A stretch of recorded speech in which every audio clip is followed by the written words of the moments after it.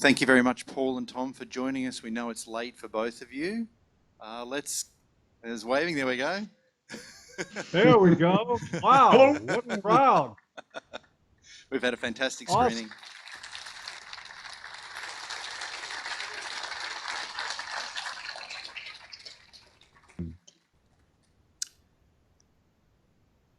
Let's begin with the questions. Hello. So, Paul, when Cassie came to you, did she say she was a feminist, and what sort of made you meet up with her and get your story out? Were there any worries that she'd sort of portray you as the rape apologist sort of woman hater that the media does? Who, me? Worry about somebody misportraying my work? Yeah, she didn't mention straight away that she was a feminist, but she did tell me about her other work in cinema, the 2 movies she had made before, and I gathered from the subject matter she covered gay marriage in one film, and she covered the abstinence movement in another film. And I went and checked out her work, and it looked, it looked like 2 things. One, it looked like that she was a feminist, but it also looked like that her objective in movie making was to put a camera on the subject and let people speak for themselves and let the audience make up their own mind.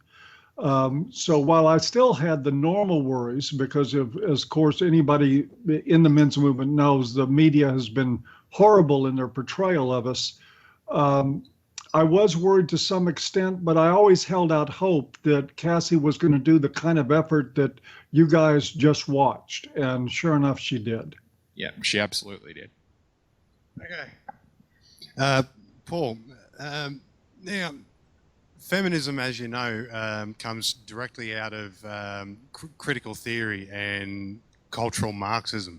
So wouldn't you say that it's time that feminism be listed as a deliberately politically subversive ideology within our society that is deliberately designed to drive a wedge between families to leave our modern Western civilization ripe for conquering? Because that's essentially what's going on. That's what cultural Marxism is. So shouldn't we be having this discussion? Yeah, I think so. I think you're absolutely correct. And I don't think that feminist ideologues have made it any secret over the past 35, 40 years that that was exactly their intent. If you go back and look at some of the writings of, Robin Morgan, and I can think of half a dozen others, but the mainstream feminist writers of the second wave, they proclaimed outright that their intent was to subvert the family. It was to break up the family unit, because their view was that the only way that you could break up patriarchy was to undermine the family unit and to change what it means to be a family. And they've been very successful at that. I think it's, we have had this discussion for some time, but unfortunately, and hopefully that's beginning to change, feminism has been so successful in this co-opting of different areas of life, academics, the media, the political sphere, that even having this conversation has been pushed out of mainstream discussion for a long time. I'm betting Tom would agree with that. Oh yeah, I certainly agree. It's just, they were very clear from the beginning that in order to give women power, they would need to break up this thing called marriage, because in breaking up marriage, that would free women from their dependency on men. So the nuclear family was a target, and it has been ever since then. The whole thing with the no-fault divorce has been pushed by two groups, the lawyers and the feminists, both of which have a vested interest in seeing the breakup of marriages. Hey guys, I just wanted to know if you could speak a bit about how much success, if any, you've had working with intervening agencies around homelessness and other men's issues addressed in the film, where there might have been gendered towards women, but you've had success trying to get them to be more focused on a gender neutral or a men-specific tactic. Tom? Paul? That's going to be a think short response, I think. I think No, that that's- means none.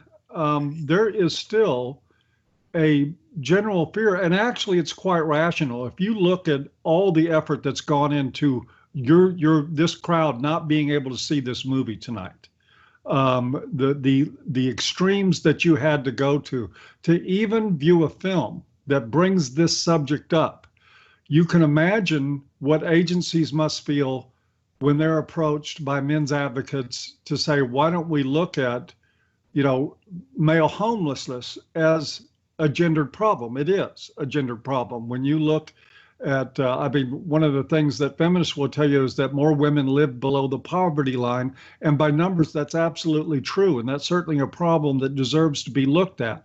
What I also know is that people that are sleeping in the rough, people that have no shelter over their head at night, almost, at least in the United States, we're talking about 90% men. But when you start approaching this as men as a monolithic group, as a specific demographic, it creates fear in agencies that depend on public funding, because the only thing that feminists have to do is point a finger and call you a misogynist, and your funding will dry up. That's why we've had to operate on a shoestring budget just discussing these issues for all 9 years that A Voice for Men has been in operation. It is just, there is still a gender wall across society when it comes to stating men are having this set of problems. We need to pay attention to it. It becomes an immediate allegation of misogyny, of woman hating, and of exerting privilege on behalf of men. And unfortunately, society still buys it. So we've got a long way to go. Yeah, I would agree with that, and just put in that the whole thing underlying this is the gynocentrism that our culture is based upon. And that says that women and children should be protected and cared for, and men should be responsible for that, and men should be the one to pay the price for that. And of course, that is what plays out in all the things you've seen in the movie tonight. And there's a great website, in fact, gynocentrism.com, done by a wonderful Australian man, I think. Is that right, Paul? Peter Wright. Yeah, Peter Wright. Yeah. So that's good to have a look at that one, eh? That's the second best website on the internet. And he's here Now, wait a tonight. Hey! Wonderful. Great job, Peter. Yes, indeed. Good job. We won't point him out, but he's here tonight. All right. Good. Sitting very quietly. So we've got a gentleman over here who's been waiting. Then I think there's a lady down here actually, and then I think that gentleman over there. So I'm going to hand over to this gentleman. Tom and Paul, good morning. Good morning. In the world. I just wondered if you were aware of just how far advanced these policies had actually happened in Australia. For example, in our schools right now, 5-year-old boys are being taught that by being born male, they are born privileged and are therefore the cause of domestic violence. And alongside of that, we now find gender fluidity is now compulsory in our schools, starting in Victoria and spreading. Were you aware of the extent that this had progressed in Australia? I was just having, I could say on my behalf that I was just having this discussion yesterday with an Australian men's advocate who was going over the Safe Schools program and also the new initiatives, I believe in Victoria, that were aimed at gender fluidity. And I'm sad to say I'm not terribly surprised that, and again, I don't know a whole lot about Australian culture, and certainly not near as much as I should, but it appears that Australia is going the way of Canada in this regard. And similar governmental institutions and human rights councils, things like that. It's very alarming. And I hope that this movie and other efforts that are going on by Australian MRAs and even feminists that are of a mind to advocate actually for both sexes to address this and raise concerns about the messaging that's being given young boys in Australia. It's shocking to me, even though it shouldn't be anymore. I agree.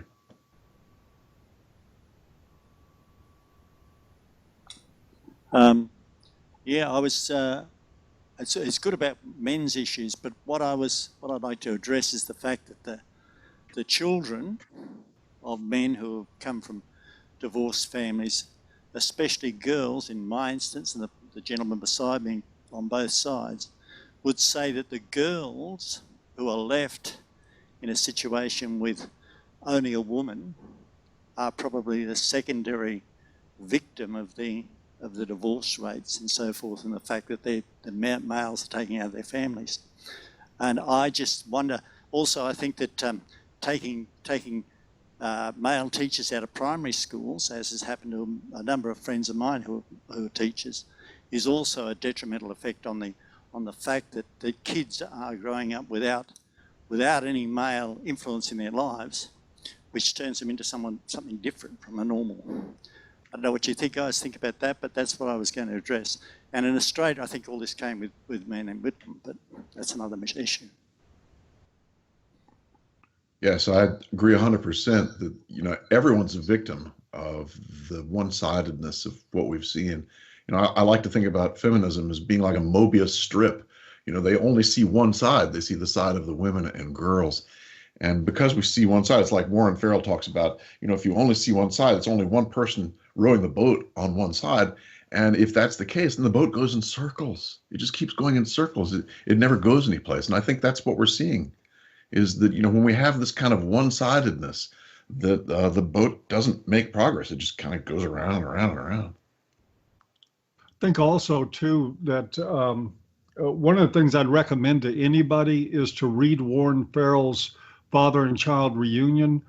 What you spoke to, sir, really points to a horrific amount of ignorance across the entire Western world about the importance of fathers and the importance of men in the lives of children. If we go through all of the, psychosocial ways that we measure how well children are doing in their lives, and take into account things like truancy and criminality and teen pregnancy and substance abuse and mental illness and all sorts of other problems, we find that not having a masculine influence, particularly fathers, but I think it extends to just men in general, that leaving men out of the lives of children damages them many times irrevocably.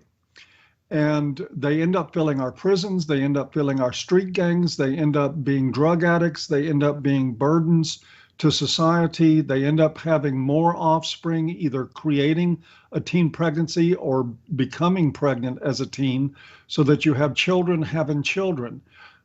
This is all meticulously well documented. The science is totally behind this. The research into this is impeccable. This is what's happening. But because of feminist hegemony in academia and in our systems of governance, the data that points to this problem and how severe it is never allowed to be discussed. Again, I refer back, look at the difficulty everyone had just seeing this movie. Now take that into government and real discussions about the issues that are affecting children from fatherlessness and from lack of real male role models, and you can multiply your problem seeing that movie by 1,000.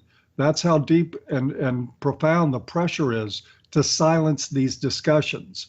But I'd suggest getting a copy of Warren's book, Father and Child Reunion.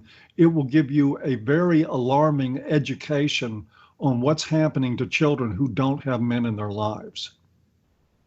I would just add that the research Paul talks about being convincing, it's the first social science research I've ever heard of that talks about causation. They literally come out and say fatherlessness causes these problems. They don't say it's correlated. They don't say, well, maybe it's connected. They say it causes them. That's huge. I've never heard that before in social science research. So it's just, they've got it down to a hair's width now,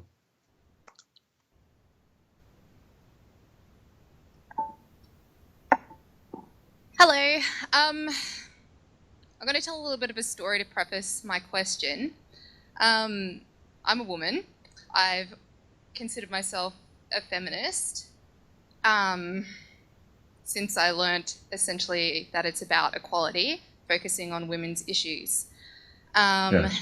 And I've been brought along today with my husband because he, I suppose, being a male and taking an interest in male issues, has brought my attention towards all the things that the men's rights movements are addressing. And there's not one of them I disagree with as being issues that are important for society as a whole. However, I felt like the anti-feminist feeling of the men's rights movements made me feel excluded or immediately untrustworthy of it, just by the fact that it seems so anti-feminist, when that hasn't actually been my experience, having looked into it further. I'm interested to know what you guys think about how divisive being anti-feminist would be detracting getting more female allies to the men's rights movement. If that makes sense. Yeah. Yeah. Okay, I'll shoot first on this, or unless you would like to, Tom. No, you go right ahead, Paul. Okay, I take your point. I mean, I think that this is a really important discussion and a really important question that you brought up. Look, I have no doubt in my mind at all that there are many, many people who identify as feminists who see feminism as a movement for equality. I know those people are out there. I have met them. I have talked to them. That is, without a doubt, a truth that I don't think should be ignored. And if you sense a but coming, there is one.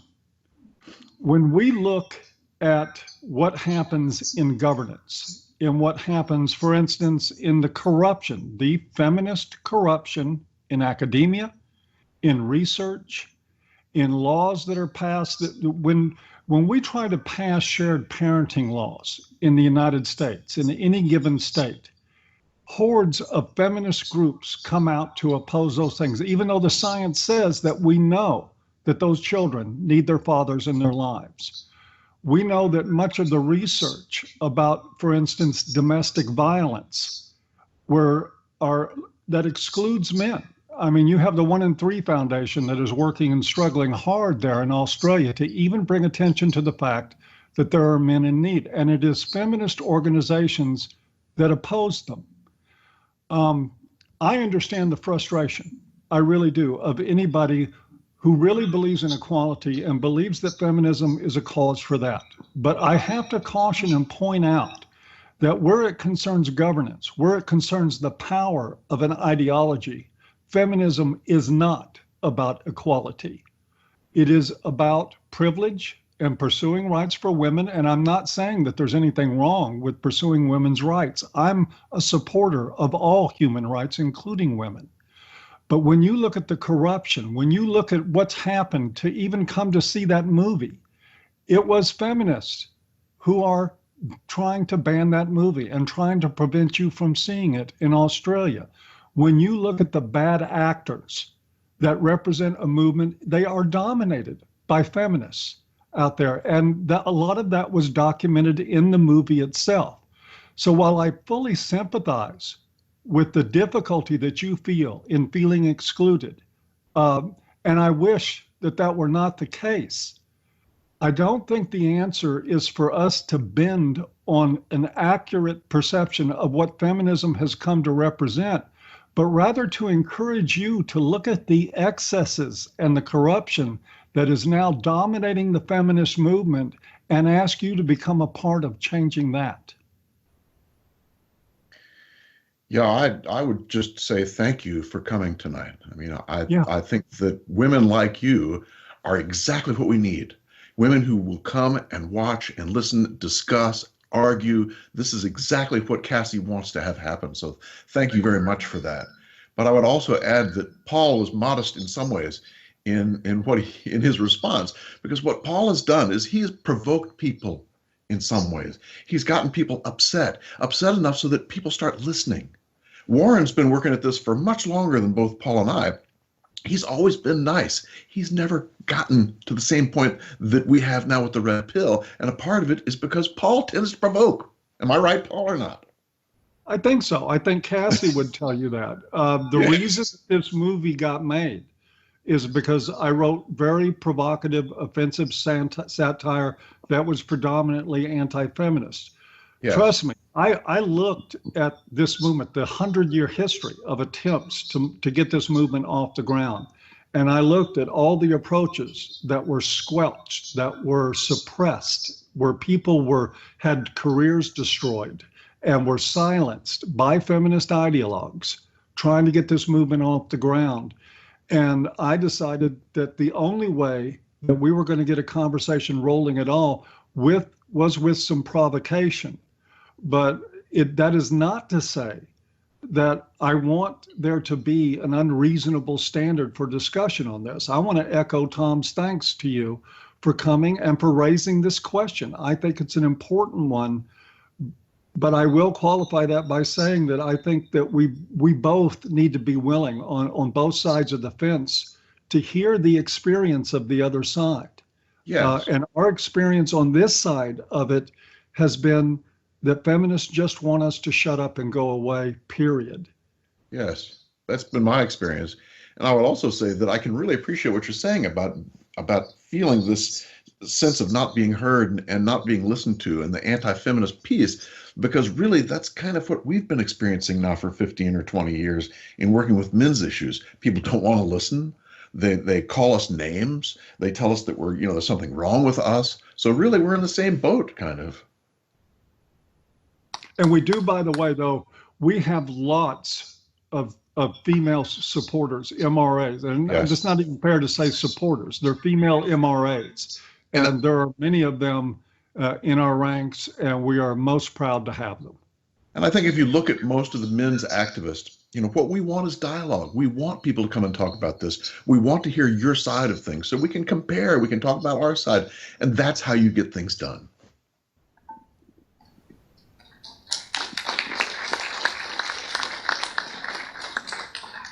I wanted to thank you guys for your response. I just had a slight reply question. Do you think that maybe, given that you're anti-feminist, for pretty good reasons by the sounds of it, there should be some kind of a way to invite women onto your movement? Because the more women you get supporting, the less you're going to be seen as sexist pigs, blah, blah, blah, blah, blah, blah, blah, because you have strong, intelligent women wanting to be on your side. Because I think that being anti-feminist uninvites women from being part of your movement until they listen more, but there's that knee-jerk response of being like, oh, well, shit, if he's an anti-feminist, he must hate women. Well, I understand that perception, and that is part of what we're setting about to break, and we are making headway in that. The fact is, and we love our facts. We're a lot of guys. We like black and white and facts. But the fact is that being anti-feminist does not make me anti-equality or anti-woman. I am in a relationship of 15 years with a woman I love very much. I had a mother, contrary to public opinion. And I work alongside some of the most brilliant women that I've ever known in my life. When I think of people like Janice Fiamingo, Karen Strawn, Suzanne McCarley, Andrea Hardy, I mean, the list goes on and on and on. And these are women who identify as anti-feminists. So that, I think, sort of points to a flaw in the perception that if you're anti-feminist, you're anti-woman. Why are there so many anti-feminist women? And there are a good number of them, and they are wonderful, celebrated voices in our community. Yes. The honey badgers. Hello. I just have a quick question, but first I wanted to thank all the organisers for the event and yourselves as well. To be a member of the first viewing in Australia, it's been my privilege. And so my small question is just, in relation to the troubles boys and men have, particularly with education, do you think that perhaps something like home education or distance education for university students like myself would be at least a bit of a band-aid to keep them interested in going until the end, until we're able to effect a better change? I really don't know. That's I wish I could give you a better answer, but I don't know that much about the educational system. But I know that boys learn differently, and boys like competition. Boys like winning and losing, and that's what we've cut out of schools a lot in the U.S. I don't know about Australia. I would say I understand the concern and I understand the temptation to begin to isolate boys away from misandric systems. And I don't know what higher education is like in Australia, but I know in the United States that we have serious issues here with due process of young men being afforded due process, of them being herded into camp-like classes where they're told they're all potential sexual perpetrators and need to be watched and need to watch each other. So I understand the temptation to maybe pull back and use, satellite education, remote education, and other avenues to educate them. But I hate to see us move toward anything so segregated. I think the better solution is for parents to, I hate to be rude, but for parents to wake up and realize what's happening to their young people in these colleges that they are paying for to send their kids, and to start speaking to the universities about changing these horrible problems. So I get what you're saying, and I understand the temptation, but I don't think building more walls, and here's one of my problems. I really believe that feminism has built a great many walls between men and women. I really, and in relation to the question from the woman earlier, I really think that our motto for our conferences is building bridges between men and women. And you see at them, it's half or more of our speakers are women at most of our conferences. We want to build bridges. We want to come together with women and understand that this is not a zero-sum game, that men's issues being addressed isn't designed to take anything away from women, that we want all of these issues looked at.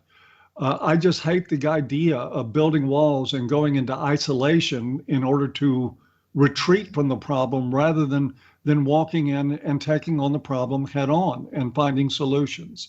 I hope that made sense.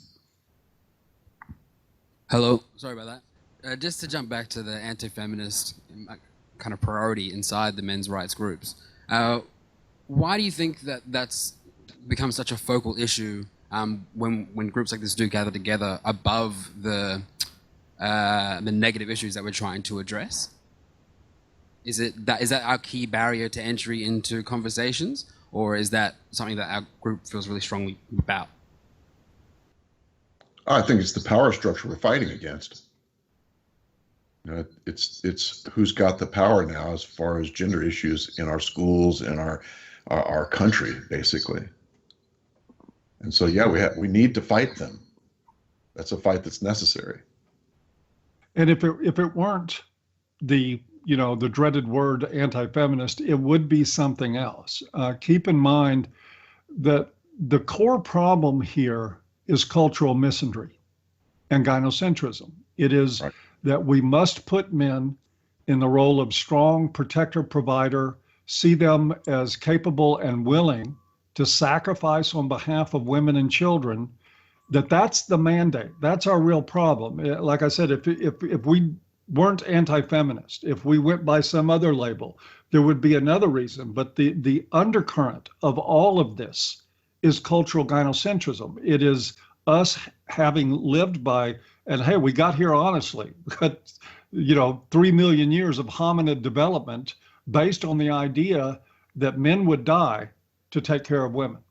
And so it's understandable. It scares people when you start talking about paying attention to men as a group, when you start talking about addressing their issues, because somewhere in our DNA, we react by saying, who's going to take care of us? If we take care of men, who's going to take care of everybody else? And so the knee-jerk reactions come, and if it's not anti-feminist, it'll be because you hate women. And if it's not because you hate women, it's because you just want more male privilege. There will be an excuse at every turn to shut down the conversation, because this is a conversation that people are afraid to have, generally speaking. I hope that answered your question. Looks like we've got time for one more question. Thank you. Given the headway that we've made within the last, say, 12 to 18 months, and I think Cassie stopped filming about 12 months ago, and drawing on your experience from being in the part of these movements for a long time, as well as your knowledge with how spheres of influence work and social consciousness, what do you think that we should expect with the next 12 to 18 months as far as media circles go, as far as social consciousness, as far as definitely I think the media will probably be one of the biggest things, as you're aware of how much it influences behavior and drives ideologies and that sort of thing. So yeah, I'm just sort of wondering, it's probably about as reliable as predicting the behavior of a bunny boiler, but what do you think is going to happen in the next 12 or 18 months for movements like ours? Oh, Paul, hard American interest. My American ignorance. I don't know what a bunny boiler is. Sounded tasty. It came from a movie many years ago. It essentially refers to a woman who was committing domestic violence against a man, intimidation, and so forth. Oh, okay. Interesting. A bunny boiler. Huh. I like that. Well, I think that in the years ahead, in the short term, I have an approach to life that's more or less Jungian. I believe that everybody in that theater right now knows that there's a lot of truth in this discussion. I think people know, and I think that is spreading throughout the culture, that people are becoming aware, sometimes reluctantly, sometimes dragging them, kicking and screaming, but people are becoming aware that things are not good for men right now, and consequently that hurts the society as a whole. This doesn't just hurt men individually or as a group. If men suffer, the whole of society suffers. And right now, we're starting to see the consequences of that. I don't think you can predict with any certainty about how long things will take, but I believe that every idea has its time, and that the time is coming for men's issues to be on the table alongside women's and other people's, and it's going to be considered normal. How soon that happens, I don't know, but I will take a shameless plug right here and encourage members of the audience to consider attending the 3rd International Conference on Men's Issues, June 9th, 10th, and 11th in Gold Coast, where if you wonder about what the men's rights movement is about, the best thing you can do is to see us in action. Come see Bettina Arndt speaking there. Come see Miranda Devine. Come see Aaron Pitsey. Come see Karen Strawn. And then after that, we'll get to some of the male speakers that are going to be there. But to see the camaraderie between men and women who are concerned about these issues, who work together as equals, as everything feminism promised that it would bring about, the men's movement is working on and bringing to fruition actively. You can go to icmi.info and get tickets for that event. Again, it's 3 days in June, the 9th, 10th, and 11th. It will kick off with another screening of the Red Pill movie, and Cassie J will be there to head a Q&A with several other members of the cast. I will be there. Lots of people from this movement, men and women, will be there, and you can actually come and see what we're about, both in the speakers and in the social activities afterward.